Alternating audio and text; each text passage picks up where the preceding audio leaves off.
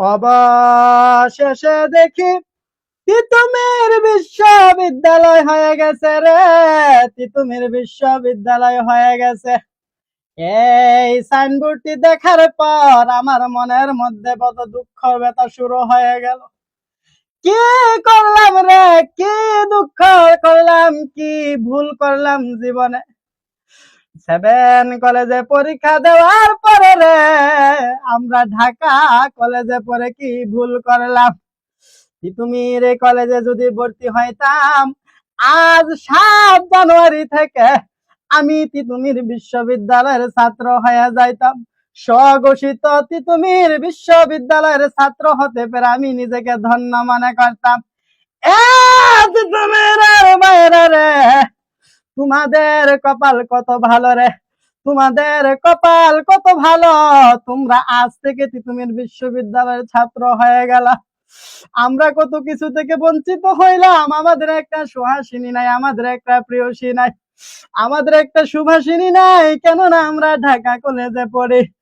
তোমরা তিতুমির বিশ্ববিদ্যালয় হওয়ার কারণে রে আজ থেকে তোমাদের আর কোনো বাধা রইল না।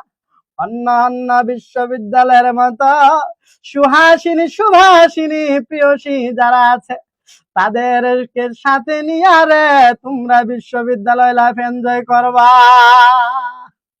কত ব্যথা, কত দুঃখ রে, তোমরা অন্যান্য কলেজে চান্স পাও নাই, ঢাকা কলেজে চান্স পাও নাই, ইডেন কলেজে চান্স পাও নাই, তোমরা তিতুমির কলেজে পড়ে তোমাদের কপাল খুলে গেল।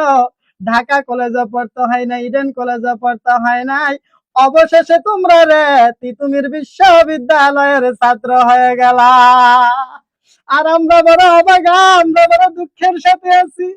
আগামীকাল আমাদের 3rd ইয়ারের পরীক্ষা, কিন্তু সেই পরীক্ষাও আমাদের মাথার মধ্যে কোনো কাজ করতেছে না।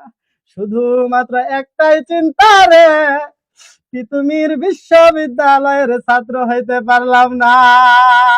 কথা কোন ঠিক না ঠিক?